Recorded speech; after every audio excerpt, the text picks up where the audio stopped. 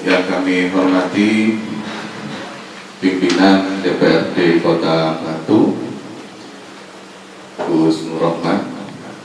Yang kami hormati dari pemerintah Kota Batu, dihadiri oleh langsung Kepala Dinas Lingkungan Hidup Kota Batu, Pak Haris.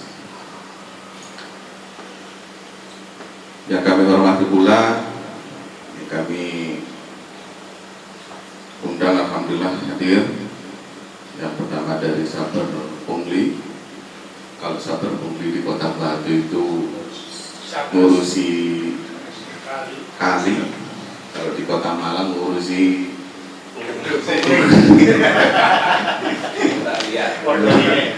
pungutan liar. Ada dari sahabat-sahabat dari Tanggul Banyu, dari perwakilan warga sekitar Telkom, ada warga RW 2 RT 3, warga RW 3 RT 2, ada juga dari warga RT 5, dan seluruh undangan yang alhamdulillah hadir pada siang hari ini.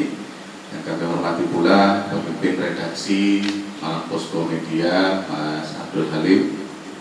Di sini juga ada wartawan dari Kota Batu yang biasa ngepost di Batu, Mas Kris. Di jajaran kami perlu kami kenalkan yang moto ini Mas Firman. Ini tukang foto, tukang sodrek. Alhamdulillah pada siang hari ini kita masih diberikan kenikmatan yang luar biasa dari Allah Subhanahu wa Ta'ala. Diberikan sehat, nikmat sehat jasmani maupun rohani, sehingga kita dapat bersama-sama berkumpul dalam diskusi publik Malang Posko Media. Ini diskusi yang ketiga yang rutin kami gelar sejak 2 minggu sekali. Alhamdulillah pada siang hari ini temanya TPA Telkom Kota Batu sekarang dan ya masa yang akan datang. Karena ini temanya juga lagi hangat di Kota Batu. Jadi kami setiap 2 minggu sekali menggelar diskusi. Diskusi juga tidak mengundang orang-orang banyak, tapi berkualitas, bisa ketemu semua inti permasalahan. Syukur-syukur kita bisa mendapatkan solusi yang terbaik dari setiap diskusi yang kami gelar. Diskusi yang pertama kami gelar terkait dengan masa kepemimpinan 5 tahun pemimpin daerah di Kota Malang. Dan itu bertepatan dengan selesainya sidang paripurna pengusulan pemberhentian Wali Kota Malang. Jam 12 pemberhentian, jam 1 kita undang di sini, jadi langsung. Yang kedua kemarin kami gelar terkait dengan permasalahan di Kabupaten Malang, terkait dengan BPJS. 600.000 sekian warga Kabupaten Malang dinonaktifkan BPJS-nya. Itu lebih seru lagi, sampai eksekutif nggak berani datang itu. Sampai eksekutif nggak berani datang. Tapi alhamdulillah yang ketiga ini kami menggelar terkait dengan Kota Batu. Jadi alhamdulillah bisa bergilir di Malang Raya. Pertama Kota Malang, kedua Kabupaten Malang, yang ketiga Kota Batu. Jadi mudah-mudahan kami terus bisa istiqomah menggelar diskusi publik yang kami dedikasikan untuk kemaslahatan di Malang Raya. Harapan kami semuanya bisa duduk bersama mencari solusi yang terbaik untuk Malang Raya, sehingga kalau Malang Raya baik, semuanya saya kira akan lebih baik lagi ke depan. Terima kasih. Marilah pertama-tama kita buka acara pada siang ini dengan pembacaan kita Suratul Fatihah. Mudah-mudahannya semuanya berjalan dengan lancar, dengan baik, sehingga menghasilkan apa yang kita harapkan yang terbaik untuk Kota Batu, untuk Malang Raya. Al-Fatihah. A'udzubillahi minasyaitonir rajim. Bismillahirrahmanirrahim. Alhamdulillahirabbil alamin arrahmanir rahim maliki yaumiddin. Iyyaka na'budu wa iyyaka nasta'in. Shiratal mustaqim. Shiratal ladzina an'amta 'alaihim ghairil maghdubi 'alaihim waladdallin. Terima kasih. Acara berikutnya sambutan dari pemimpin redaksi Malang Posko Media kepada Mas Alif, silakan. Assalamualaikum warahmatullahi wabarakatuh. Dan kawan-kawan, Mas Herman ini yang saya kenal-kenal aja. Terus teman lama soalnya. Lama gak ketemu maksudnya. Teman-teman dari komunitas Saber Pungli, Tanjung Banyu, terus kemudian perwakilan warga Kelembung. Kalau ini 2 minggu sekali kita gelar seperti yang disampaikan tadi, baru edisi ketiga. Dulu sebelum Covid kita hampir seminggu sekali. Jadi ini juga mungkin bisa jadi tempat Pak Nur Rahman untuk mempertemukan warga. Kalau di Batu kesulitan diajak ke sini aja. Tapi memang butuh effort ya, butuh usaha keras kalau memang ke sini. Kenapa kita kemarin ada permintaan? Kalau di Batu gimana? Kalau kita di Batu nanti kesannya kita yang diundang. Ya, kita yang kita yang diundang. Malah kemudian diundang untuk bikin acara. Tapi kalau di sini kita yang bikin acara, ya kan?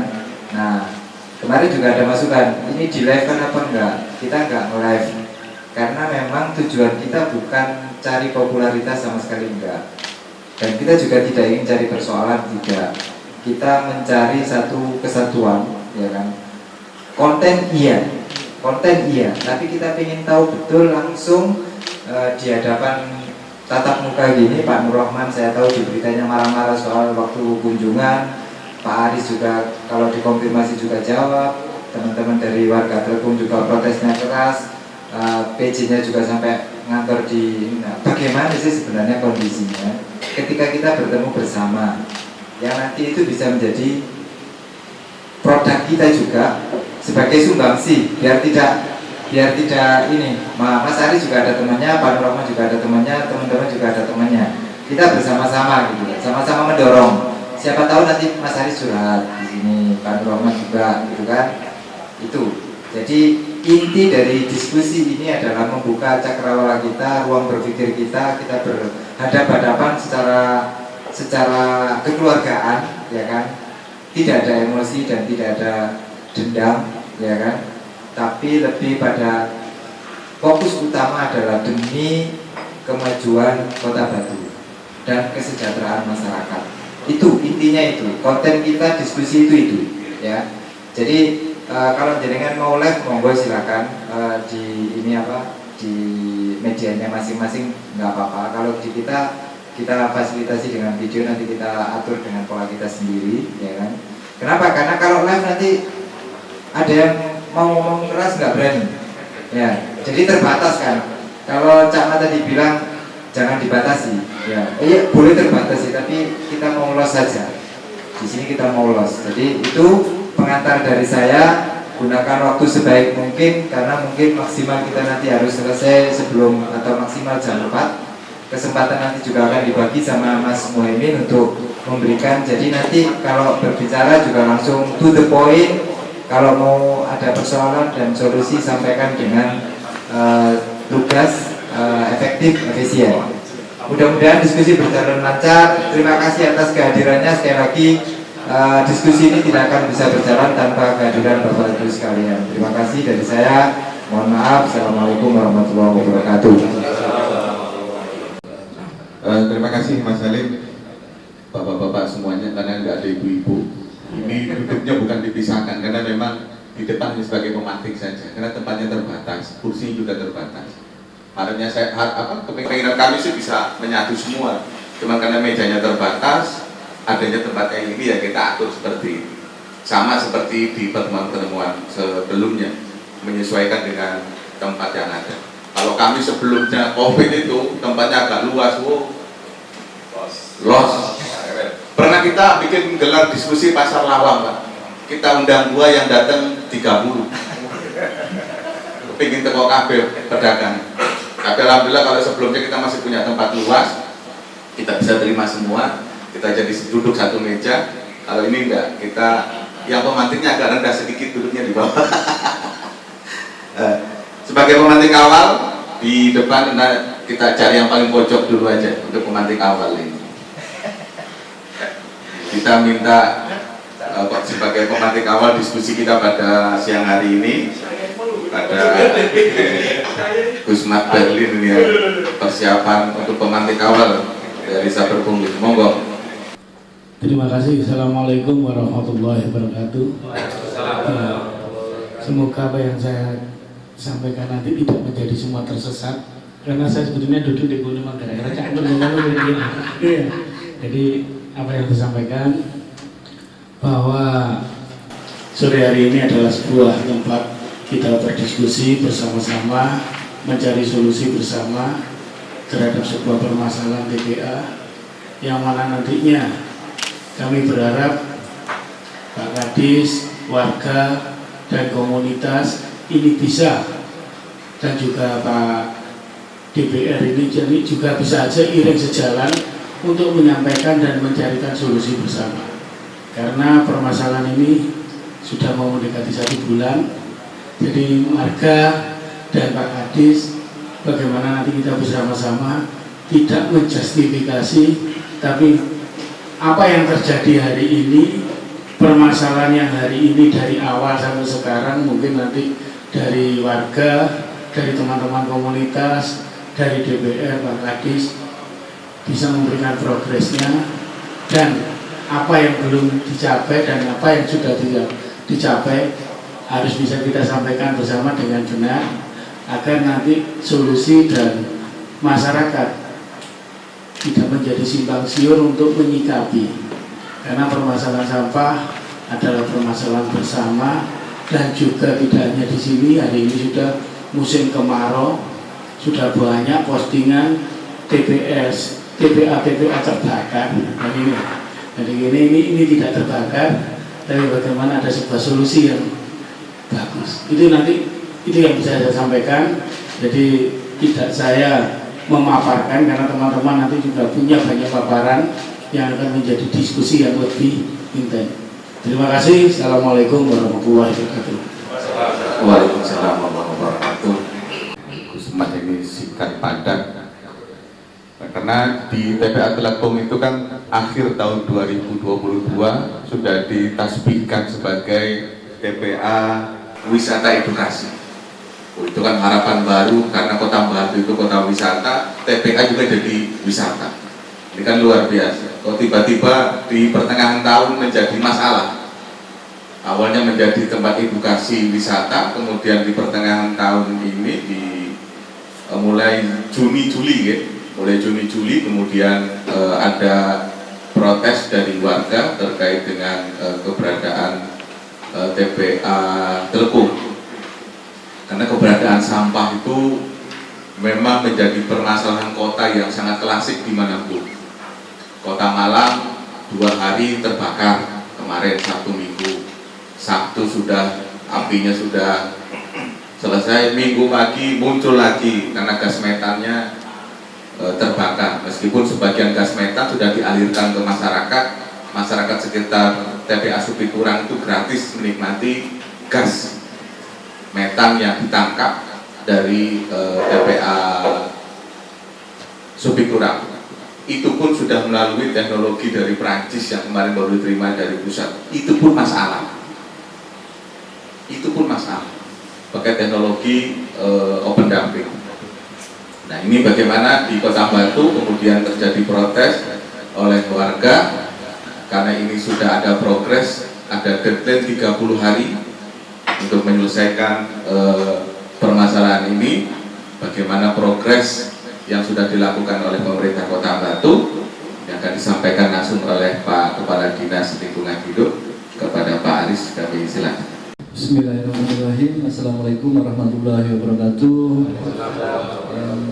Saya hormati pimpinan redaksi Malam Posko, Mas Alim, matur nuwun Mas Alim, kami difasilitasi untuk menyampaikan hal-hal yang memang ada selama ini di Kota Batu, khususnya yang ada di TPA Telkom, khususnya lingkungan yang ada di TPA.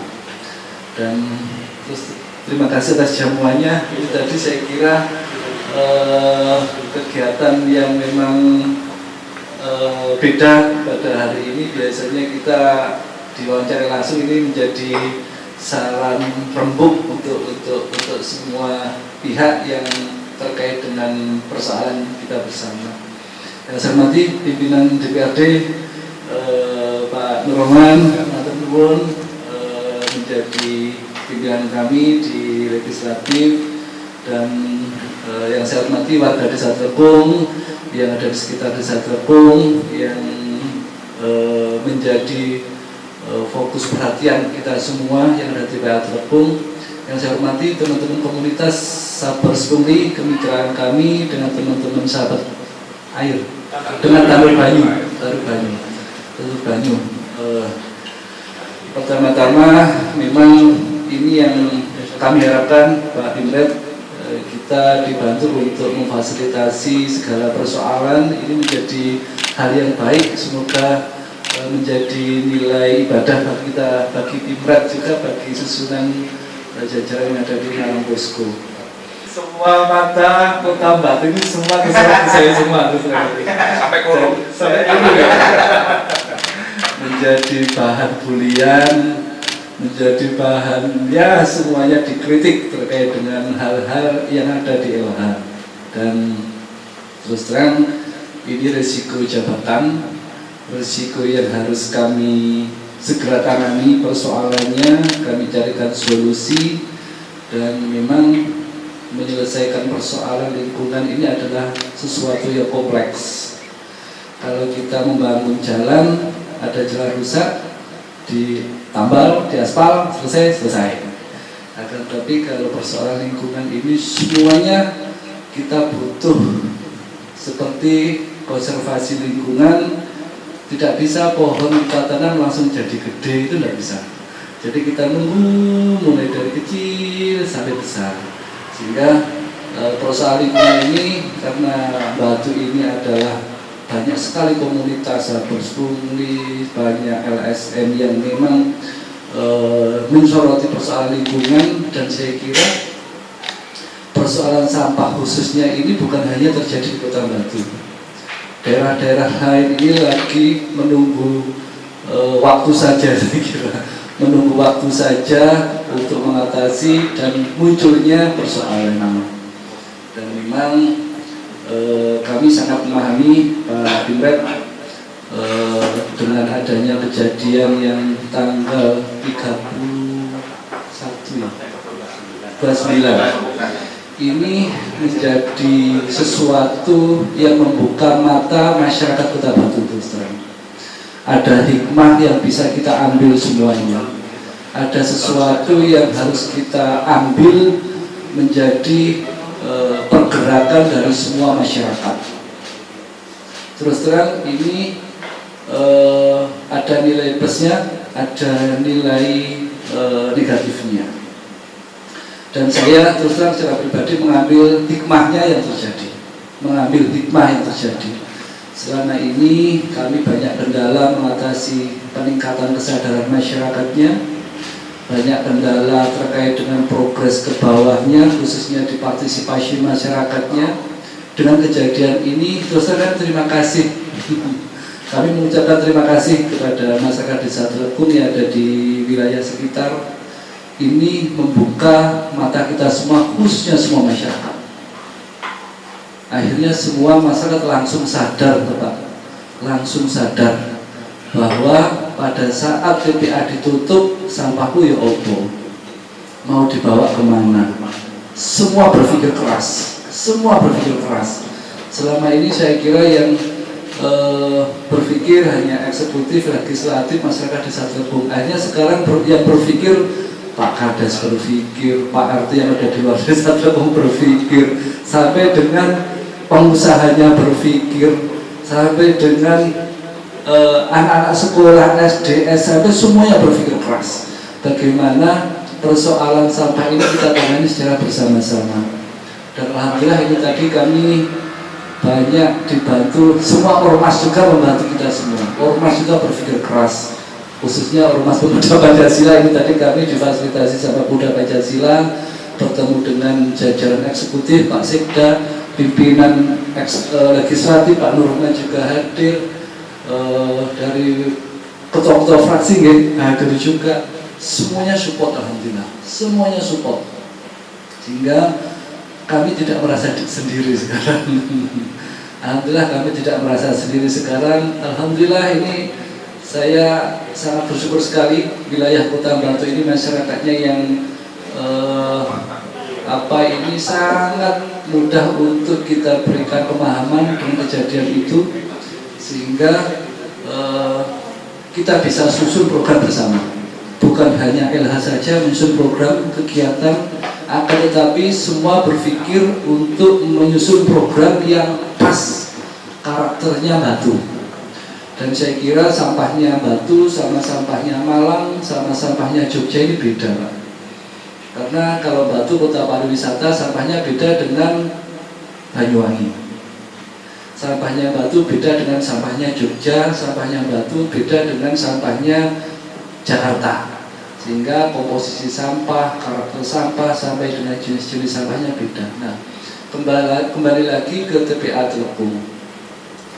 Terus terang itu situasi yang ada selama ini. Tidak ada yang perlu kami tutup-tutupi sekarang. Tidak beroperasionalnya mesin. Itu akhirnya sekarang tercukupi. Mesinnya yang ada selama ini akhirnya dengan kondisi kejadian itu akhirnya sekarang beroperasi dengan segala keterbatasan, dengan kesadaran masyarakat yang kurang, akhirnya masyarakat sekarang mampu meningkatkan pengurangan sampahnya. Kemarin direkod oleh kepala bidang saya di tanggal 31 itu sampah yang masuk ke Telukung itu ada 172 ton. Tanggal 31. Ini tidak perlu kita tutupi. Ini setiap hari, Pak.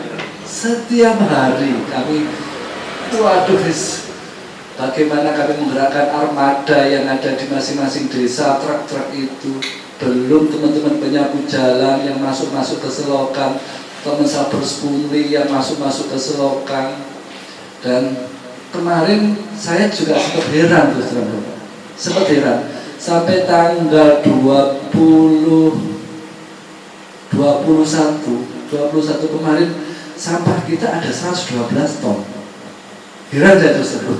Kok signifikan sekali pengurangannya. Apakah saya sampai memerintahkan kepada pejabat saya itu di staf saya itu, ini benar nggak datanya? Ini benar nggak data yang masuk ke TPA Telukung? Sehingga kejadian ini menjadi kena kita semua.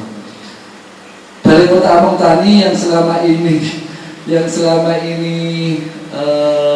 hanya memindahkan sampah, memindahkan dari Balai Kota Among Tani ke TPA, sekarang sudah dengan dibantu teman-teman Sabers Pungli melakukan asistensi pembinaan, akhirnya sekarang bisa mengurangi sampah dengan kejadian itu. Terus kami matur nuwun Pak RW, Pak RT, dengan kejadian itu semuanya bisa berkurang sampahnya. Sampai dengan kemarin kami terakhir di Polres Batu mengasistensi pengurangan sampah di Polres, di DPRD, pimpinan-pimpinan ditemani teman-teman Sabers Pungli. Kami matur nuwun Sabers Pungli yang selama ini masuk jurang, masuk sungai, akhirnya sekarang menangani sampah mau tidak mau, ini luar biasa, subhanallah. Dan ini menjadi penyemangat kami, ternyata kami tidak sendirian. Yang kedua, kami menyusun program jangka pendek, jangka menengah, dan jangka panjang, Pak Bimret. Jangka pendeknya sekarang kami masih fokus yang menjadi tuntutan masyarakat, utamanya bau, ternyata upaya bau, pengolahan sampah yang belum optimal selama ini, mesinnya bagaimana, ini jangka pendeknya. Sehingga kami diskusi dengan DPRD, dengan pimpinan kami, jangka pendek ini fokus utama adalah di masyarakatnya dulu. Di masyarakatnya dulu, jangan sampai bau ini terus muncul terus. Dengan pengurangan sampahnya yang kita maksimalkan mesinnya, dan alhamdulillah kemarin insya Allah juga di on progress Pak Legislatif, kita membeli insinerator 4 unit yang meskipun dengan kapasitas kecil ini menjadi upaya jangka pendek, dan alhamdulillah difasilitasi Pak Legislatif juga di penganggaran tahun ini kita akan insya Allah berproses untuk pembelian mesin. Alhamdulillah kita beli mesin. Dari tahun ke tahun kita tidak jadi Pak Legislatif. Mulai periode-periode yang lama kita tidak pernah jadi untuk membeli mesin. Alhamdulillah sekarang diasisi oleh Pak Nurman dari pimpinan DPRD untuk bisa diandalkan untuk pembelian mesin. Itu yang bisa kami sampaikan. Semoga ini menjadi Pak Kades. Akhirnya Pak Kades nyusul gitu tadi. Barusan sama kami tadi. Akhirnya semuanya bergerak dan kita akan berupaya maksimal karena kami menjadi bahan bulian, bahan sorotan, dan ini menjadi risiko. Dan ini menjadi hikmah juga bagi masyarakat Kota Batu dan pemerintah daerah, khususnya Dinas Lingkungan Hidup yang pengelolaan TPA Teluk. Mungkin itu yang sepintas bisa kami sampaikan. Terima kasih. Assalamualaikum warahmatullahi wabarakatuh. Terima kasih atas penyampaian dari Pak Kadis Lingkungan Hidup, Pak Aris, tadi terkait dengan progres jangka pendek, jangka panjang, juga terkait dengan pengurangan sampah yang sudah dilakukan dari 172 ton menjadi 120 ton, 102 ton, 112, kan luar biasa. Makanya penanganan sampah mulai hulu sampai hilir harus memang sangat terbantu. Kalau sebelumnya itu kita ini masih bergolak dengan sampah, bagaimana penanganan sampah.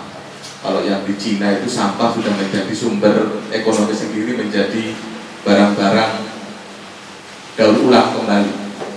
Sampah itu sudah tidak bau, sampah langsung masuk mesin menjadi barang. Kalau kita masih berkutat pada bagaimana memilah sampah, kalau semua kita punya kesadaran dari awal, pilah sampah dari rumah, kemudian bank-bank sampah yang ada di masyarakat semuanya berjalan, saya kira kerja Satpers Pungli juga tidak terlalu berat untuk mengedukasi masyarakat. Kalau di beberapa biar langsung balik mana nakali. Kalau di beberapa daerah sampah bisa jadi masjid, sampah bisa menjadi mobil, sampah bisa menjadi barang-barang yang berharga. Mudah-mudahan nanti di Batu masih bisa lebih semarak lagi. Mungkin ada tempat wisata dari sampah. Nggak tahu nanti programnya bagaimana, saya kira teman-teman dari Satpers Pungli, teman-teman dari komunitas yang ada di Kota Batu, saya kira punya konsep-konsep yang lebih energik, yang lebih kreatif lagi. Itu tadi sudah disampaikan progres yang oleh Kepala Dinas LH. Ini sekaligus yang langsung ada ke pimpinan dari DPRD Kota Batu, Gus Nur Rahman, sebagai fungsi pengawasan dari legislatif. Kepada Gus Nur Rahman kami silakan. Terima kasih. Assalamualaikum warahmatullahi wabarakatuh. Selamat sore, salam sejahtera untuk semuanya. Yang saya hormati Pak Kepala Desa Tekung, Pak Abdi, beserta perwakilan warga Tekung. Yang saya hormati Pak Kepala Dinas LH Pemerintah Kota Batu, Pak Aris. Yang saya hormati Mas Salim, dan yang saya hormati Mas Ain, ya. Yang saya hormati teman-teman Satpers Pungli, teman-teman Tandur Banyu. Syukur alhamdulillah kita bisa ketemu di sini ngobrol.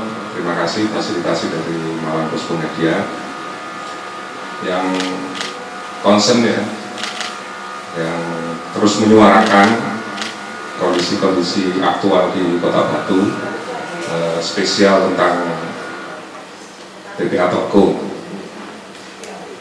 Tentu ini sangat membantu kami semua yang ada di pemerintahan. Yang pertama yang perlu saya sampaikan adalah harus diakui bahwa ini adalah kelalaian yang berkepanjangan. Ini penting. Nah, sehingga mengakibatkan persoalan-persoalan yang menumpuk. Kenapa saya sebut berkepanjangan? Karena sejak tahun 2015 sesungguhnya proses itu ada, di mana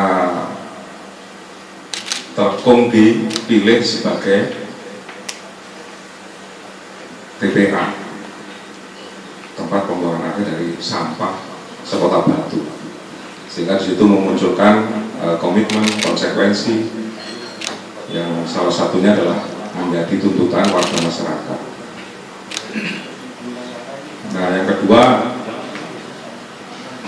manajemen dalam menangani sampah saya melihat kurang maksimal dan kurang komprehensif, dan itu juga menjadi pemahaman kita bersama. Dan Kepala LH Pak Aris ini ujungnya saja, karena sebelum Pak Aris ini ada Kepala LH yang lain yang juga sudah punya program, tetapi sama-sama tidak terwujud. Di forum ini tentu kita tidak sedang mencari siapa yang salah, ini harus kita sepakati dulu. Mari kita uraikan sehingga persoalan-persoalan yang ada itu bisa kita carikan solusinya.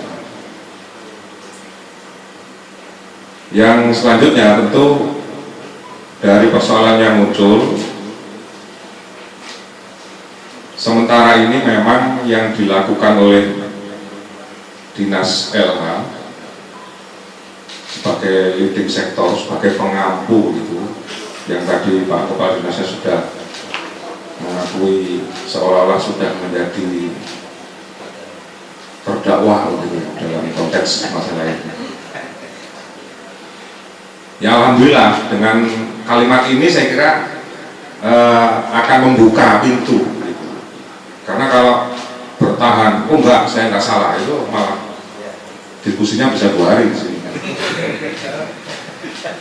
Tapi dengan mengakui dalam tanda kutip bahwa ini memang ada persoalan, ini saya kira akan semakin memudahkan kita dalam melakukan proses-proses menangani dan menguraikan. Pemerintah kota langsung bertindak cepat di dalam merespon karena sudah membentuk tim penyelesaian persoalan di TPA Tekung. Itu salah satu yang juga kita harus respon.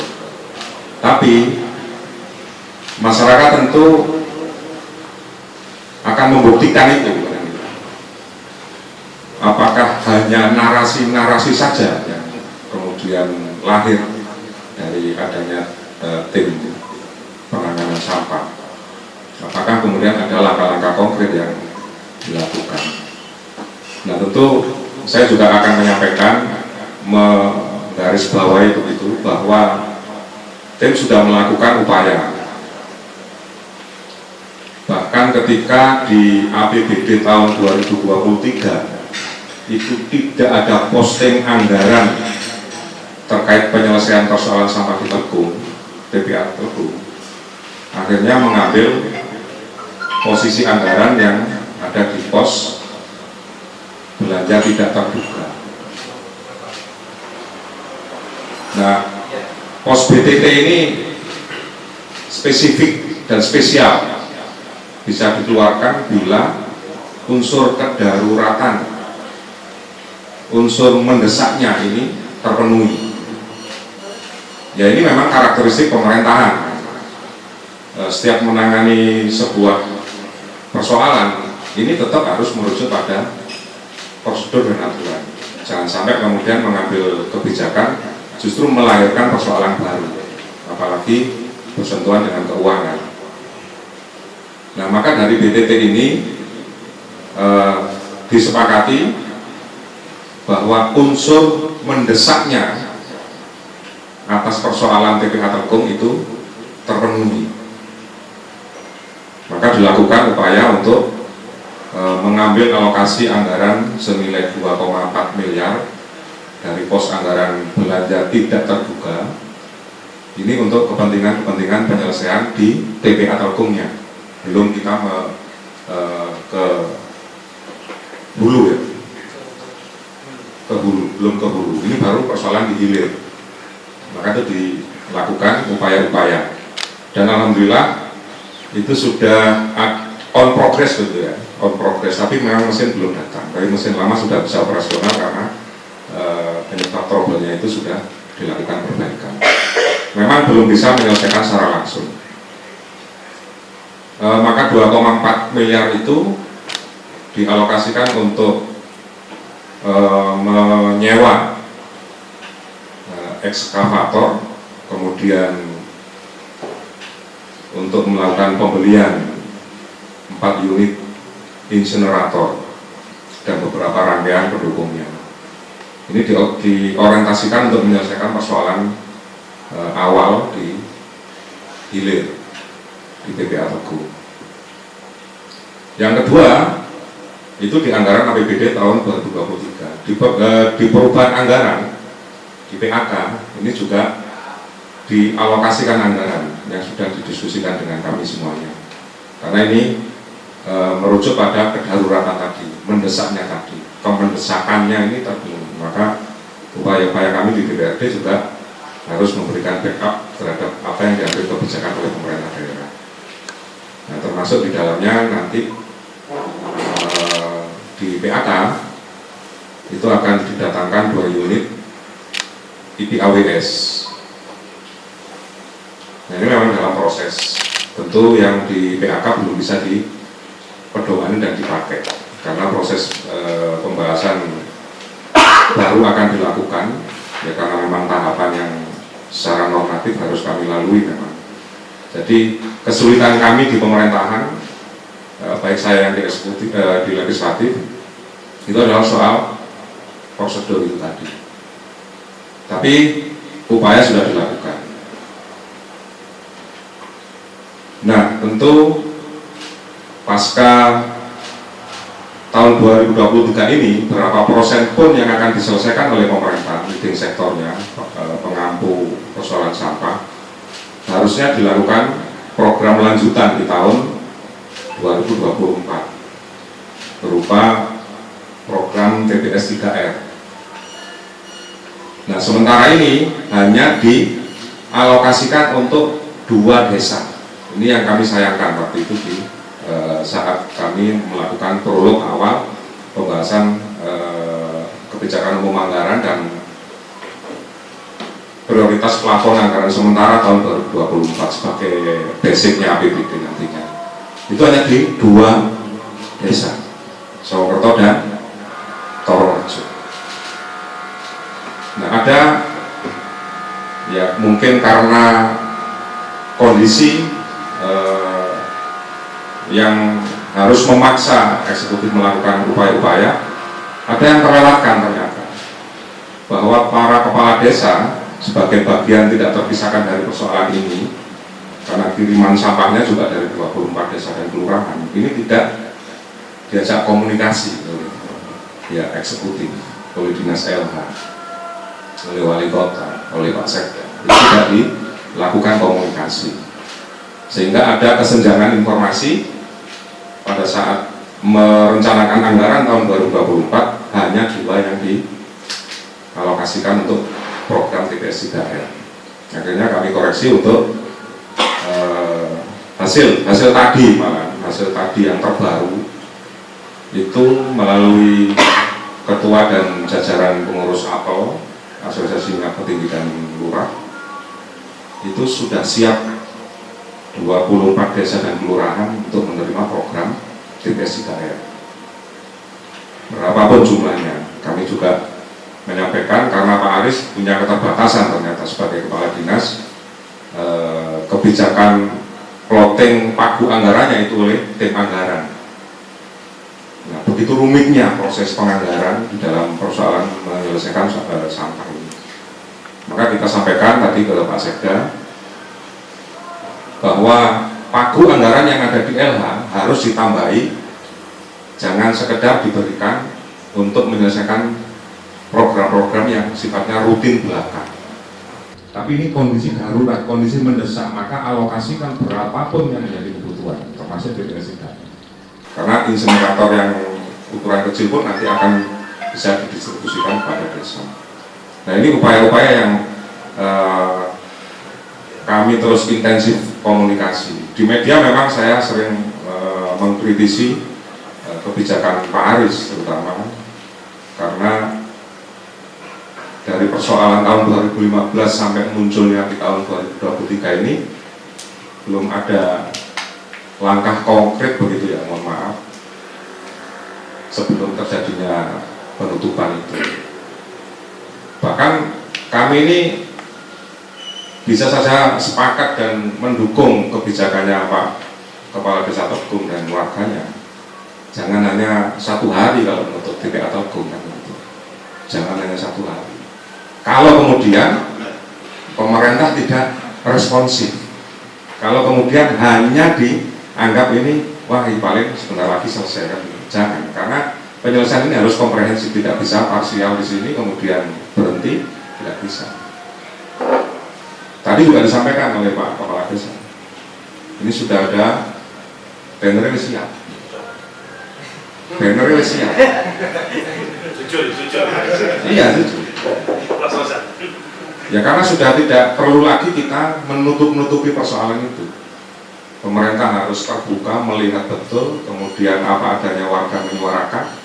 Nah kami-kami yang di legislatif tentu sesuai dengan fungsi kami yang di DPRD itu akan merespon, mengintervensi, memberikan alokasi, dukungan alokasi anggaran, menyetujui supaya menjadi sebuah program. Itu memang fungsi kami. Kami tidak menjadi berfungsi sebagai dinas teknis. Kami adalah mendorong kebijakan-kebijakan itu bisa terwujud secepatnya, tapi tetap melakukan prosedur-prosedur yang ada. Nah persoalan bau itu juga hari ini belum terselesaikan. Ya ini tidak bisa selesai dengan narasi kalau soal hidung kan gitu. Karena kita pasti akan menghirup itu. Nah tadi juga dimunculkan oleh beberapa teman di DPRD untuk upaya menyelesaikan salah satunya dalam waktu dekat ini itu harus selesai dulu di proses bau. Ada direkomendasikan salah satu perguruan tinggi yang kebetulan orang sekitar Sondujo yang sesungguhnya bisa membantu mengurai persoalan bau ini. Tinggal nanti Pak Aris apakah itu bisa di-cover di pembiayaan syukur-syukur yang di PTT, tidak harus menunggu yang PAK karena bau ini nomor 1 harus selesai dulu. Ketika bau reda, persoalan harus kita uraikan sampahnya, kemudian ini selesai, baru TPS 3R berjalan, maka tumpukan itu tidak lagi terjadi. Saya kira itu dulu yang bisa saya sampaikan, nanti kita sambung di diskusi selanjutnya. Terima kasih. Wassalamualaikum warahmatullahi wabarakatuh.